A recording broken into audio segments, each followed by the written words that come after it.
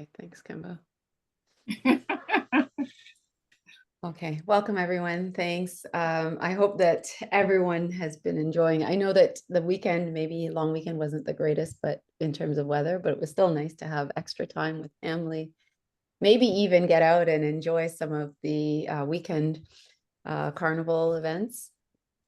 But thanks for taking the time out and joining us tonight. I really like this topic because it's pretty much why you'd want to do real estate investing and why you would want to make additional purchases or make real estate investing a business or your way of building wealth, right? So how to determine your ROI, your return on investment for a property. I mean, I think it's a really important concept. And I know we've talked a little bit about numbers this summer and assessing the numbers.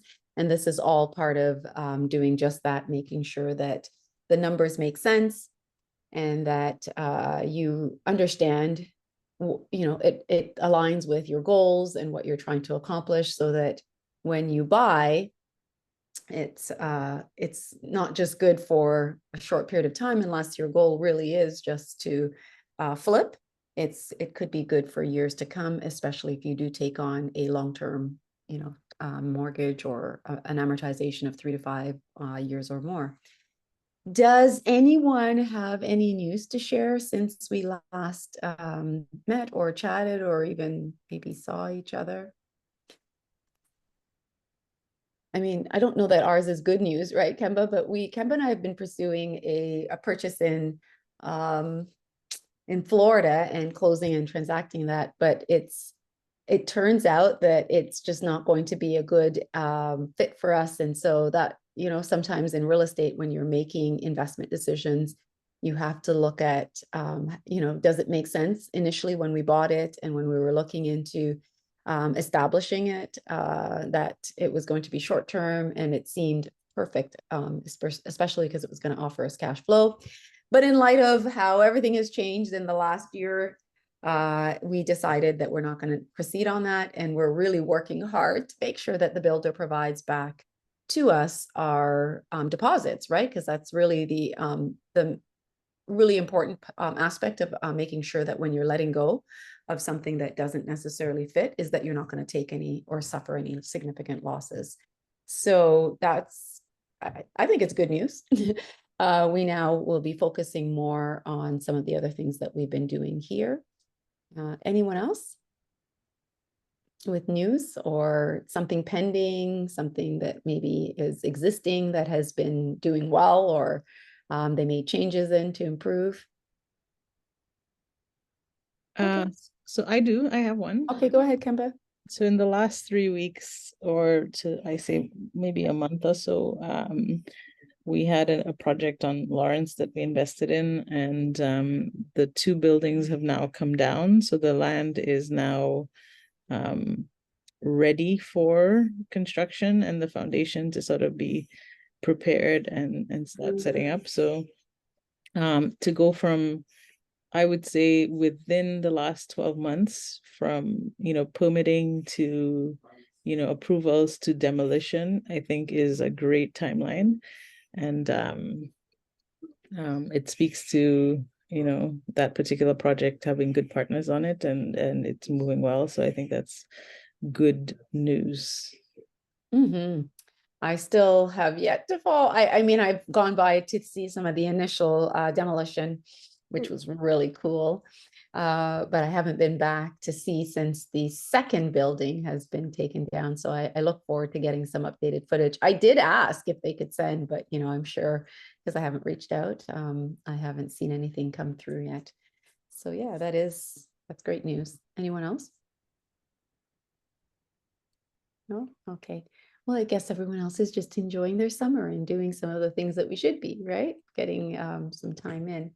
So as I said, it's so important to know the numbers. We've already spoke to the numbers more than once, and we've given you some tools, and this is an additional tool to help you understand how key the numbers are to your profitability and whether you can continue to add to your portfolio, or even maybe eventually, if your goal is to leave your job or use this as a wealth building tool. So tonight we're looking at just how to calculate and find the ROIs, right? You may already understand and know what we mean by, your return on investment, but I think it's really important that you know how to find it with respect to calculations, right? So even if, even if you're just using this calculation right now for a current property that you have, it's a great tool, but definitely when you're assessing and looking at actual properties to purchase or acquire, it's important for you to spend some time assessing those numbers. The example that I'm going to give you is just one sample. I think that you can use, and you can absolutely come back to this video and use it to help you revisit the steps or revisit the process, but it's definitely something that you should be using time and time again.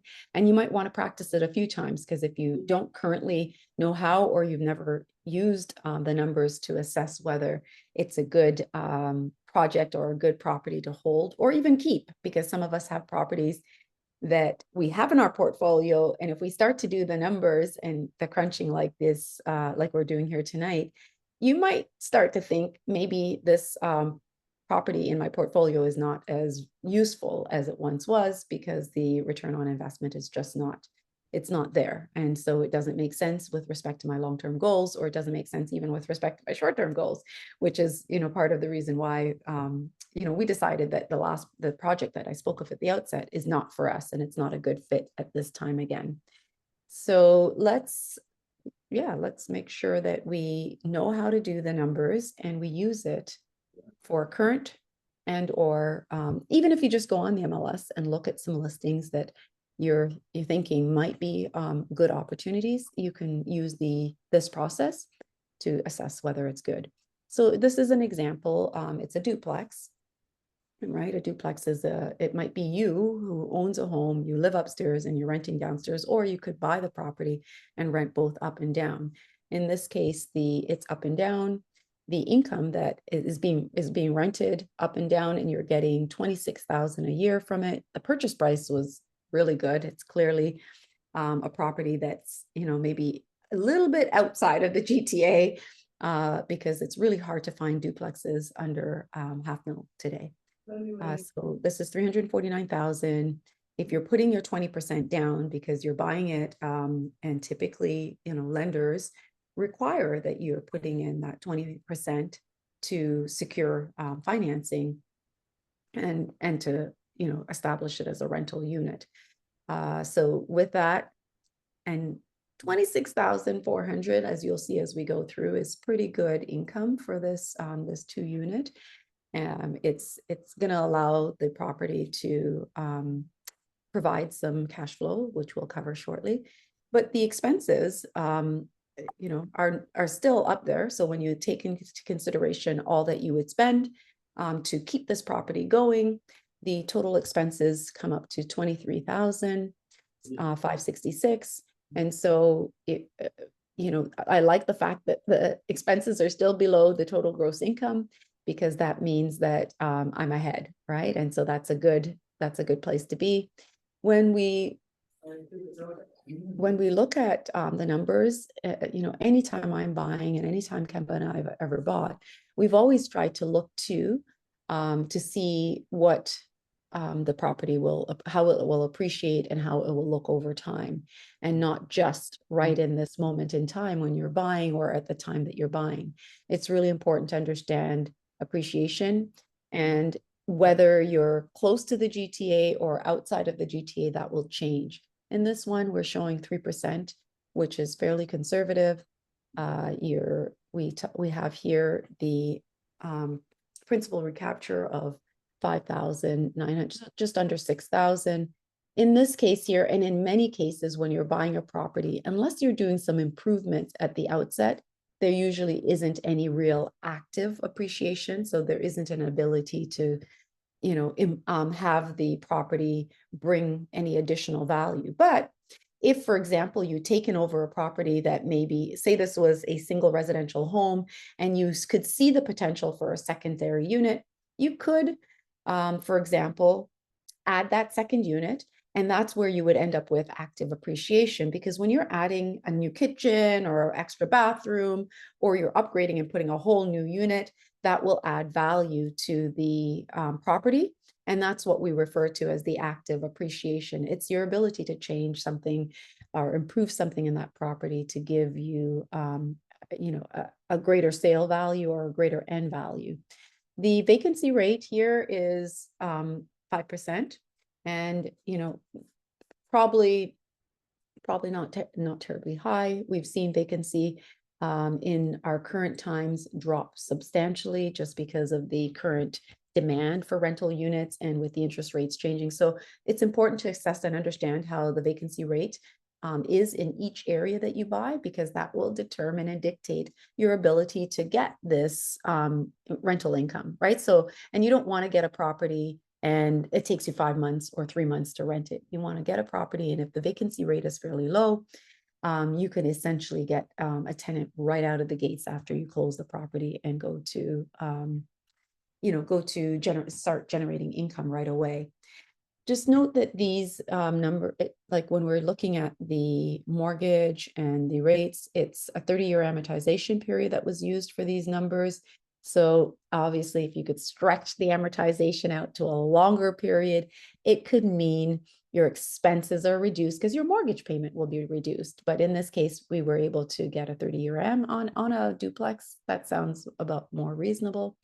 And the interest rate is 2.89%, which is phenomenal. That's pre our current rate. So I'm just using it as an example to help illustrate ROI. So if you want to also understand your cash flow, so a lot of the numbers that we're speaking to tonight are all numbers that you should be getting more and more familiar with, so that you can assess properties before even buying them, whether they make sense to you and to the goals, your end goal. And if your end goal is to have them appreciate, you may not focus so much on cash flow. But in most cases, if you're trying to generate income and provide yourself with a source of revenue, then cash flow is really important. And so when these are some of the additional numbers I want you to pay attention to when you're looking at a property, like the vacancy allowance. We always factor in vacancy, even if we're really thinking, oh, this is in an area where vacancy is either 1% or 0. Like maybe finding a tenant is like going to be an easy thing to do. You still are going to factor in what happens if the unit remained not unrented or not rented for a month or two, right? And so when you look at that, you're taking your total rental income, which I said before was 26,400. That's what you can earn from the property. And we're using the 5% vacancy rate that I also showed you in the previous slide.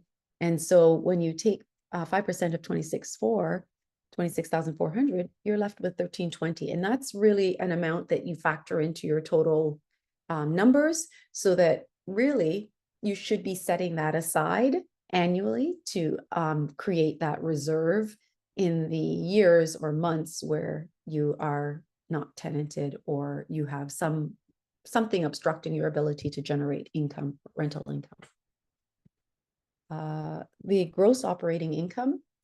Oh, and feel free to, like ask anything in the chat if you feel the need, or Kemba, if you're here, you can always step in and add to it. For the gross operating income, we're looking at, so far, all is good? Yes, okay. So for gross operating income, you're taking into account again that 26,400 that we established that you can generate from this duplex. Take away the vacancy allowance that we just calculated, right? And now you're left with the $25,080 that you would have after you take out your vacancy. So the vacancy, again, the vacancy rate is a factor. It's rare that we see areas that we buy into, especially if you're moving out of the GTA, the vacancy rates tend to increase slightly over, being in the GTA, because the demand for tenancy or for rentals is greater the closer you are to more amenities, bigger cities and bigger metropolitan areas. So vacancy allowance is a factor everywhere we go. And I don't think that it's very high right now if you're anywhere close to an hour of the GTA or in the GTA, but it's just something that we want to make sure you understand and understand your cash flow. So when you take into consideration your cash flow, you have your gross operating income, which we just established is the $25,080. And then you take away, remember I showed you your total expenses on the previous slide. It was 23,566. And that should be a period, 23,566 and 40 cents. That is, remember, all the expenses that you have for the property, including the mortgage. When you take that away, you still have a positive number, which means that that's your cash flow. And this is a good property, right? You have a 1,513.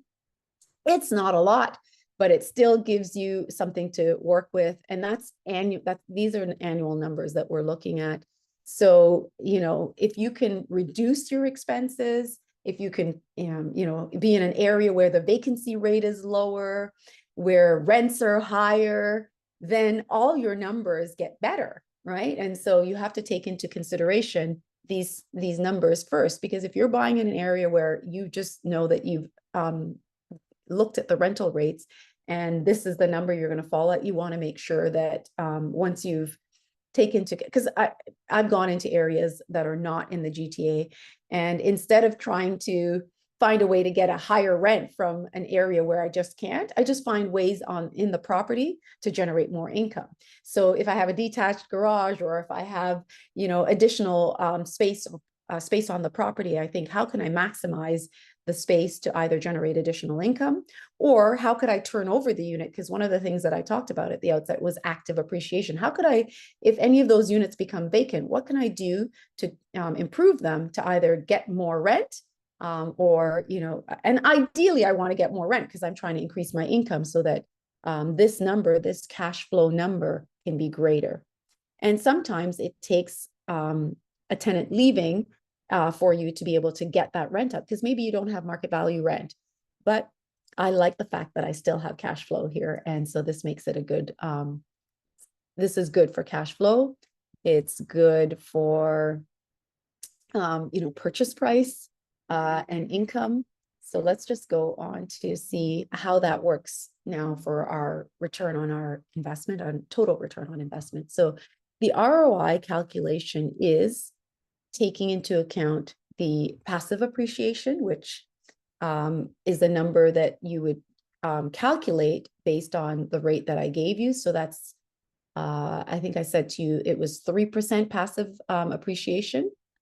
So you're taking this 3% times the 349 to give you the passive appreciation of 10,470. Jermaine, I see your hand. I'll come to you in a moment. And then you add the cash flow, which we just established on the previous slide. It's 1,513, so $1,513.60, plus your principal recapture, your active appreciation. And in this case, I know we didn't have active appreciation, but if you do, you can add that in, add them all up, divide by your total cash invested, which was the 20% down. And that will tell you what your ROI is. And in this case, when you add up all the numbers, you have 17,937.84 divided by your total amount that you put in, the 69,800. And your ROI is pretty phenomenal. It's 25.69%. I think we've always aimed for a double-digit ROI. So for the most part, I'm always trying to get somewhere above 20 to 30, somewhere between 20 and 30% ROI for me to feel like it's a good property and a good purchase to hold. Jermaine, go ahead. Okay. So I was gonna say, would it be possible? Do you think we have enough time that we could do a live run through of an example of an actual property? And if we do, I could send you one right now that was sent to me. You could sort of go through the numbers and we could do like a live. I think it's a triplex or a multiplex. So we could do the same thing you're doing, but I'm not sure that we'll have time for that okay. on this call, Jermaine, but if we find that we do have adequate time, we can come back to it. But Okay. this is where like our goal is to give you, for example, because we are going to go through a deal review just now. Our goal is to give you this because it's recorded. You can come back to it and use the information here and run through with any example that you have or any sample. And if it's a triplex in the GTA, is it in the GTA? No, it's in Brantford. No, it's better it's not in the GTA because I was just going to say Oh, probably okay. all the numbers won't be good. Like I could No. tell you that it's probably not going to have the greatest ROI. It's not going to have the greatest cash flow, but if it's in Brantford, it might have some good bones for it. What is I want to understand just even off the top of my head, what's the number of the triplex? What's the total? It's a million 50,000. Okay, so it won't, it's not a good purchase unless it can bring in, like 10,000 a month in terms of income. It's not going to be a good fit. Do you know what I mean? Yeah. Okay. Like I don't know what the income is, but I'm just thinking 3 units, unless each unit is bringing in, I don't know, maybe 2,500 to 3,000. And are they one bedrooms or 3 bedrooms? Like what are they? 1 bedrooms and 2 bedrooms. Yeah. You would have to put in a Okay. substantial deposit, so much greater than 20% for that to cash flow. So it's a vacant triplex plus lot sevens. I don't know what that means. Sorry, it's a what? It's a vacant triplex plus lot sevens. Oh, I don't know what the lot sevens is, and I don't know if Kemba understands and knows that. I've never heard that. I think this might be a development project because it's on a major intersection and Okay. it says that So it's maybe even the goal of it isn't to keep it as a triplex, but or if it is, it's to redo it. Sorry, Yeah. Jermaine, you're saying lot severance. They have a severance. Oh, severance. Yeah. Because if they're allowing you to sever the lot or it has an extra piece of land, what they're basically saying is they're selling you 2 lots. And so the 1 million may not be the price reflective of the income that particular triplex can do by itself, but they're selling you the future value of 2 lots. Yes. Oh, okay. Okay. Yeah. All right. So that it could be giving you the opportunity to develop, which in the, like if we were to examine the development options and the zoning and all of that, then it may be worth the mill. But for the purposes of this, there's no cash flowing opportunity there, and the ROI and numbers won't be good. Okay. Thank you. Oh, you're welcome. So we always add every single call that we have to this, and my goal has always been to try and continually add new videos for you on an ongoing basis. We will continue to add, but we're just encouraging you each time to be using the videos there and the features there to take from that opportunities to either take the knowledge that you're gaining there and adding it to your own portfolio, or to use it to create a portfolio, because we don't just cover like real estate in the standard way where you're just buying a property and then renting it out. We also show you how you can, for example, Jermaine, and understand that you can arbitrage. So you can go and get from an owner access to their property by their own, and you can take their units over and rent it out and earn income through short-term rentals. And so we try to teach you different ways in the Keen Academy that you could be generating income through real estate and through building a portfolio. So just continually plug in there, check it out and see what there is. And because you can revisit the videos at any time, you can go back to these coaching calls at any time. I think they make good sense for you. And I always like that, because you can pick and choose what you want to look and review or study or cover, and get yourself comfortable with the goals, meeting your goals and timelines. And so I know that in speaking to a couple of the the individuals that are studying right now, and they're finding huge value in creating rental arbitrage because they don't currently own. So please continue to use those and make sure that you ask us questions, or how could we help advise you further, right? Because that's what we're here for. And now Kemba will be covering for us, which is, it sounds to us, Jermaine, that the piece of lot that you found, or that listing, is Yep. something similar to what we're going to speak to right now. So Yep. maybe it will help you understand the value that that lot may present if you go back and re-examine it. So Kemba? I don't know if Kemba can hear me. Oh, yeah. Yeah, I'm here. Sorry, I just was in my parents are visiting, so I'm kind of in between. Oh, well, my mom's been here for a while, but Yeah, and when your dad comes up, it's a little bit more like visiting, where mom's like, mom knows she knows everything, and she knows how to get around and do things. mom's part of the household and dad's Yes. visiting.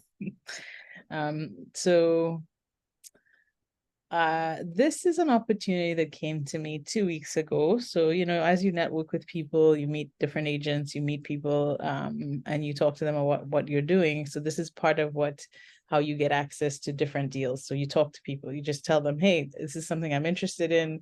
And then all of a sudden, a deal pops up. Mm-hmm. So this is one. I think I spoke to this gentleman maybe a week and a half to 2 weeks ago. And I was saying to him, well, we have this development in Brampton, blah, blah, blah. And then he's like, oh, I just got a development opportunity yesterday. So this was like fresh off the press. The seller had reached out to him directly. So he has a direct link to the seller. And he wants to sell this lot that he's now subdivided. So he has an approved plan of subdivision on this lot, which means that he's gone through the process with the city of the committee of adjustments.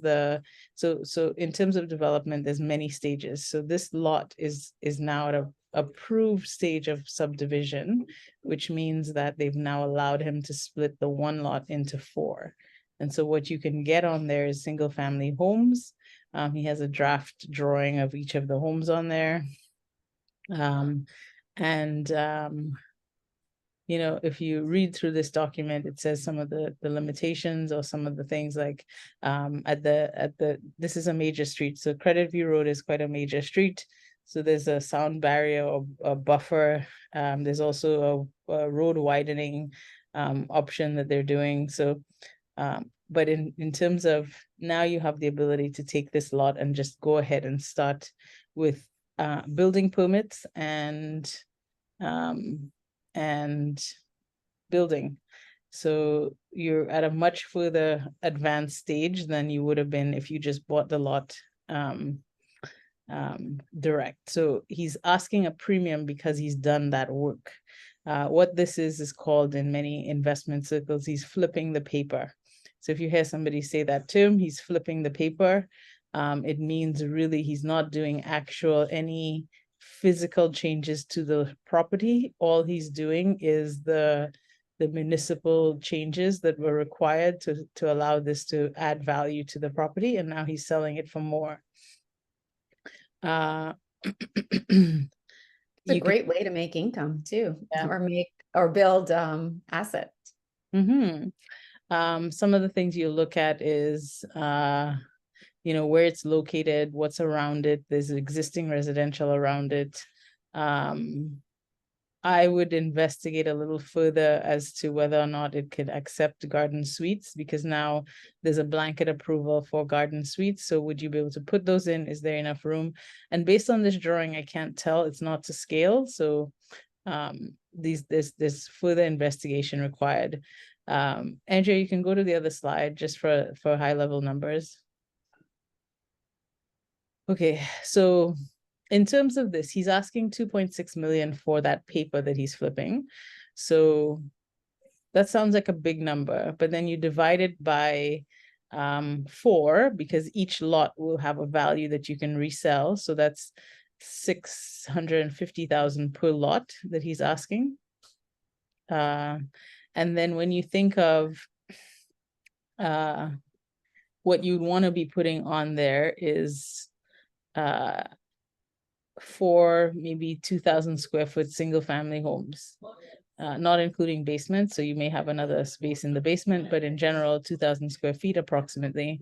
When you think of construction costs today, in the past, $250 was the standard number that people would use when they're sort of doing ballpark numbers for construction. Now we're looking at $350, depending on how high end finishes you want to go.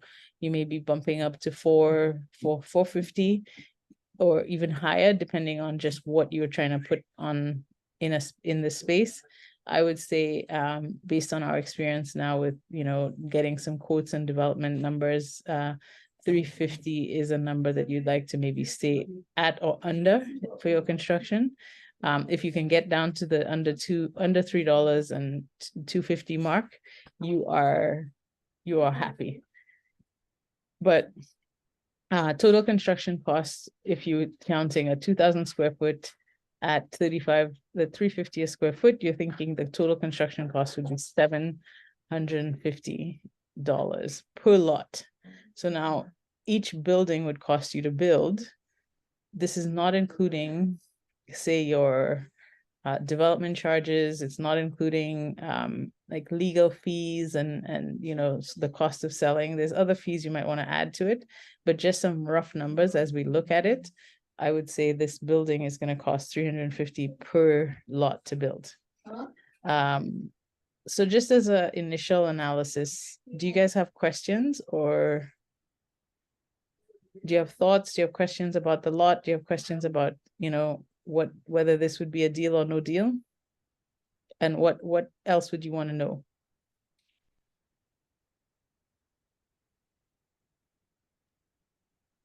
Can you just go back to the previous slide again?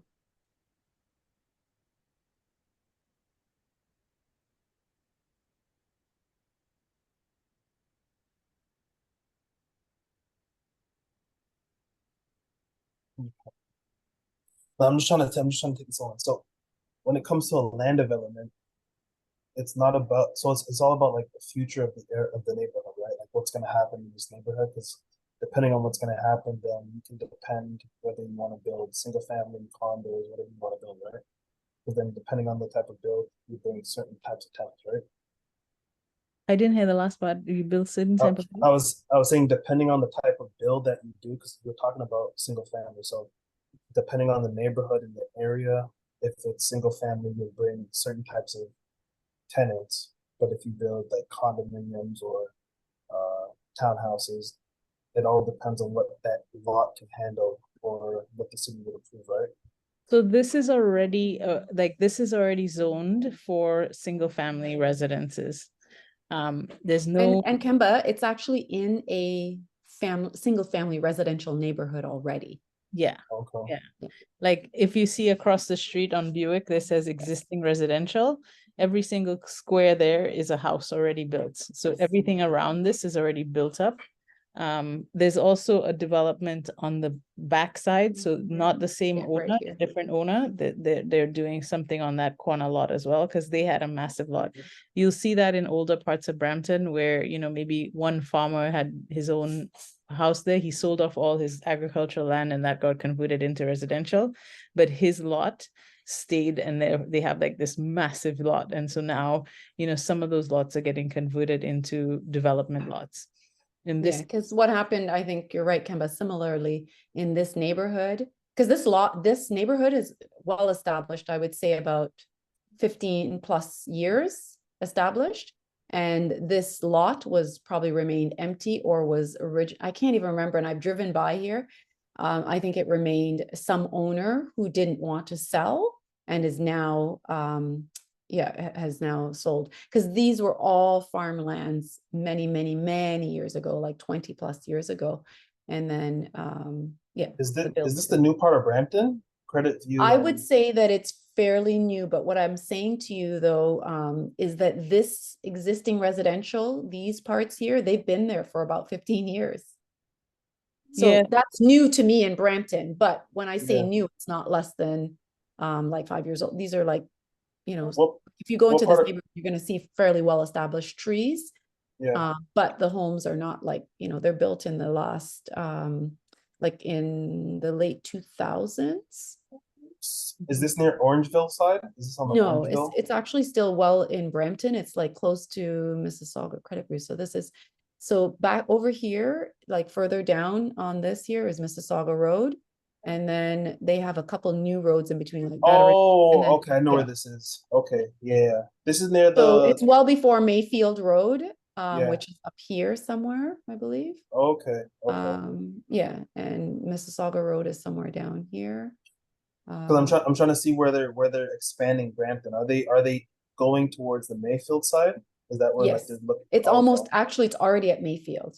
If you okay. go up to Brampton now and you travel up Credit View up to Mayfield Road, it's Yeah. actually well established and built up all the way. And even across Mayfield now, you'll find that there is already new builds. Like I've been to Caledon, which is the Yeah, Mount latest. Pleasant area, right? All around there, they're starting to build Oh, over that's there, all right? built up. Yeah, so Oh, this okay, is okay. further, this is still, actually Mount Pleasant is down here somewhere Yeah. of this. And so this is above Mount Pleasant. Yes, sorry. Oh, okay. Okay. Cheryl has a question. Cheryl, you Uh, need. it's it's not really a question. You were asking, what would we look at? Well, when I do the calculation, I come up to 5.4 cost. Mhm. And I think in a few lessons ago, you said comparables and, you know, what would you be able to sell each unit for? So I think that's very, you know, we have to do that piece of it as well. Yes. That's it. So Cheryl, you're exactly right. We'd have to decide, like now that we know approximately what it would cost us to build, and this is an approximate number. As we Mhm. make the decision to delve deeper, we need to get more granular in terms of like what exactly is approved right now. You know, what would be the next set of approvals you need to get, and what would that cost you? How much does it add to your final cost? You know, are you getting a builder? But then absolutely, what can you sell it for? If you're counting on today's market, like where we're at today, maybe you want to be extremely conservative and say you can get for a brand new build, you know, duplex, you're putting a basement suite in, you're doing all the bells and whistles, they're detached. You might be able to do the 1.4, 1.5, but again, I have to look at that specific area and tell you. One of the things that I would say to make a deal for this is to go after the asking price of the land. So when I think of what he So would, that, so you mean, Kemba, to actually try to come in lower than that's the right. So 2.6, he's because it's too asking high. 2.6, exactly. He's asking 2.6. You know, I mean, he's putting his pie in the sky, right? He wants to see how much he can get. So let's see whether we can test that to say, okay, would you let it go for 2 million, right? So we're saving maybe close to 150,000 per unit. So now we've gotten our cost down to 1.1. Mhm. You know, so does that make more sense from if we're building everything for 1.1, does that make sense? And then from a construction perspective, maybe you don't want 2,000 square feet, maybe you want, you know, 1,750. Yeah. And then does that make better sense from your final number of what you have? Will 1,750 square feet sell better? You know, and where would we be at for those units at that reduced price? So we're talking closer to like between 1,050,000 and 1.112. And then can you sell those for 1.4 because they fit the market and what the market is looking for? Do you see it, Cheryl? Yes, I understand what you're saying. Yeah. But Try so I think to get the cost down and that, because from the buying side, from the land, but also from the builder side too. Like I said to Kemba, this would be a sweeter deal if we were to partner with a builder on this and we can get that construction cost down, because then we're not just, you know, saving at the front where we're buying the land for less than the 2.6, but we're also saving, maybe instead of 350 per square feet, we can get that builder, because we're partnered with them and they're vested in interest, they're invested in this. Maybe we can get it down to 250. And then we're saving further. So if we can negotiate those costs down, then for me, yes, it's a deal. Because we can see where, you know, maybe if we're making 250 per lot, right? Say we build it for a number and we're able to make 250 per lot, that's still $1 million. And then you're splitting it with the builder, that's 500 each. I mean, is it worth the time and effort for 500,000? Yeah, maybe it is, you know, and is there a way for us to do better on it? And it just continue to push the envelope of maybe even getting it for under 2 million. How motivated is the seller? This market is down. I hear builders are not moving very quickly. Developers are really slow right now because of the way the markets are. You know, maybe he'll have more a harder time selling that 2.6 plus lenders want. I believe now they're asking for 40% down on stuff like this because it's raw land. And so, you know, there's maybe some negotiation, maybe get it for a vendor take back, you know, so 40%. So there's things that we could try to make the deal sweeter, but we know if we just go straight out at the 2.6 and we spend 350 on building it, it may not be a deal right now in this market. And you can't maybe make a decision on, you know, hoping that it'll be better in the future. Yeah, for sure. And Yeah. maybe this person is tired and they didn't want to finish the job that they started. And maybe, you know, we could, like you said, either the vendor take back or seller financing or partnership, you know, we don't know. But it would have to be something a bit more creative and a little bit more aggressive on our part for the numbers to come down on the purchase price, come down on the build, and in order for it to make sense. Yeah. Jermaine, any other questions? No, I'm just trying to understand it. I don't get it, but I know in the future I will, because Okay. it'll take time. But I understand a bit of it because I read a bit about I read a lot of Donald Trump, so he talks about like how he develops land, so I sort of understand what you're saying. But in terms of like this, I'm completely lost. But I know there's more to it, but I know I'll get it eventually. But Okay. Yeah, I think what we're saying too is this is applicable not just to purchasing raw land. I think it's applicable to any purchase, right? But because this raw land is just that, and we know that there's a lot more cost than just buying it and getting, you know, everything set up. We know that there's so much cost in the planning, the permitting, the you know, that process. That's why we would be very cautious in purchasing at the asking price.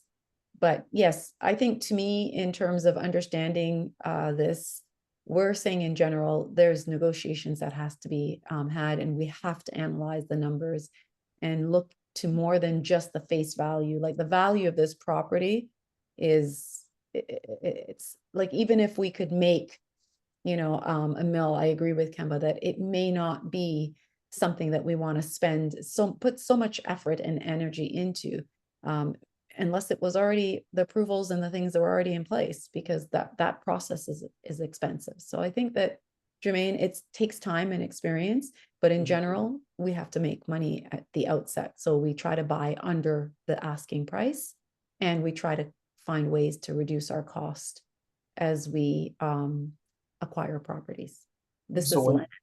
so when you look at a project like this, when you say it takes a lot of time and effort, how long would this take from start of building to like finishing it, renting it out, everything? Like how long do you think this would take?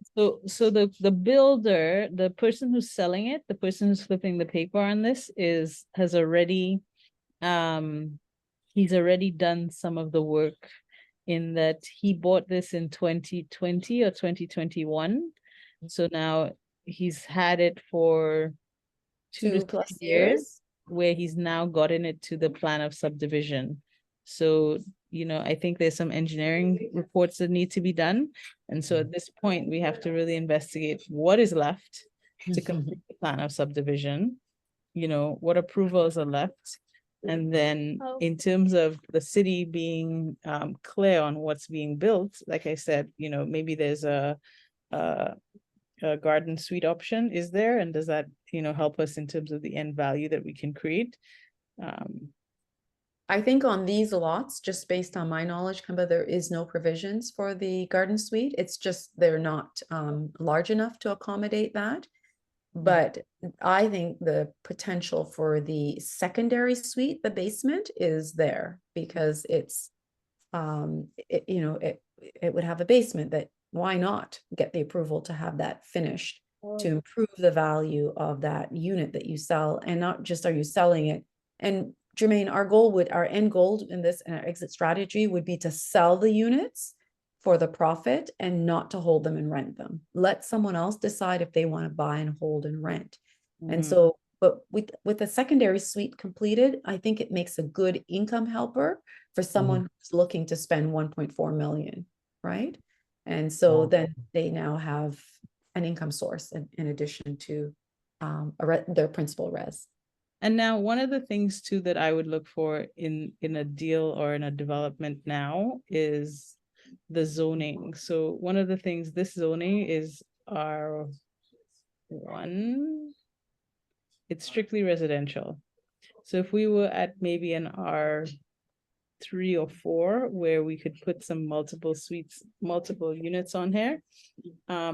So I think that having zoning that's already allowing you to, you know, put some more density in would be a more value add for me in this. And with the zoning already done, that saves you time. So this is how this would be a better option for me. But you know, if on this, But even with the 2 years that he's invested, there's still probably another 2 years to invest in this deal to help Jermaine understand. It's not that it's going to be all done in the next year. yeah, so we'd have to investigate, Jermaine, like how far along, and if he has, if he's at the point where he just has to go for building permits, basically you're just getting an architect on it and then you're getting to build. So I think conservatively 1.5 years to have that done would be feasible. But if it's not at that point, you still have lots to do, so it's just investigating. But I think it's still a good idea to look at all the options, and this is an option that comes up where it's like, okay, can we proceed and can we make money? So the only way to start this, and I'll tell you, you know, the only way to know is, say you put in an offer with this seller to say, hey, I'll give you 1.8 for this land. You know, the seller might be like, get out of here, or they might consider and work with you. And if you get it for under 2 million, then you might want to now, you know, get your investors together and say, hey guys, I have a deal that actually might work. Do you get what I mean? Like, you won't know until you start investigating what can you actually acquire it for. And then you give yourself that due diligence period to say, okay, do the further investigation into it. Okay, Andrea, that's it for me for this one. Yeah, no, that's great. So that's it for the number analysis tonight. Really, I think our goal was just to help give you how to understand more some of the numbers. We've been talking about that this summer to present the deal. I think that was a great deal, and it's still a viable option for us, Kemba, because if there is about $1 million to be made in it, we can absolutely pursue it, right? But we wouldn't buy it at 2.6. It would be somewhere closer to the 2 million. So our next call I've scheduled for August 22nd at 7 p.m. again. And we'd be looking more at determining your affordability. So sometimes, you know, we go out and we start shopping for properties before we even understand what we can qualify for or understand what numbers will make sense when we go to the bank to get approval. And so that's what we're going to focus on next call. So thanks to everyone that joined us tonight and everyone that's going to listen to the replay and start practicing these numbers, because it's really, these are significant aspects of being in real estate and being real estate investors. To make it successful, you have to know and understand the numbers. So thanks everyone for joining us tonight. and always plug in.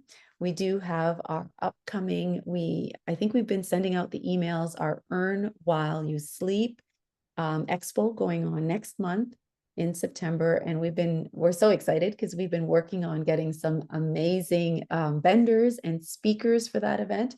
So if you haven't seen or you're not aware, we do have that upcoming. You can take a look at our emails that we've been sending out and just stay plugged into our different social media so that you know what's going on at all times.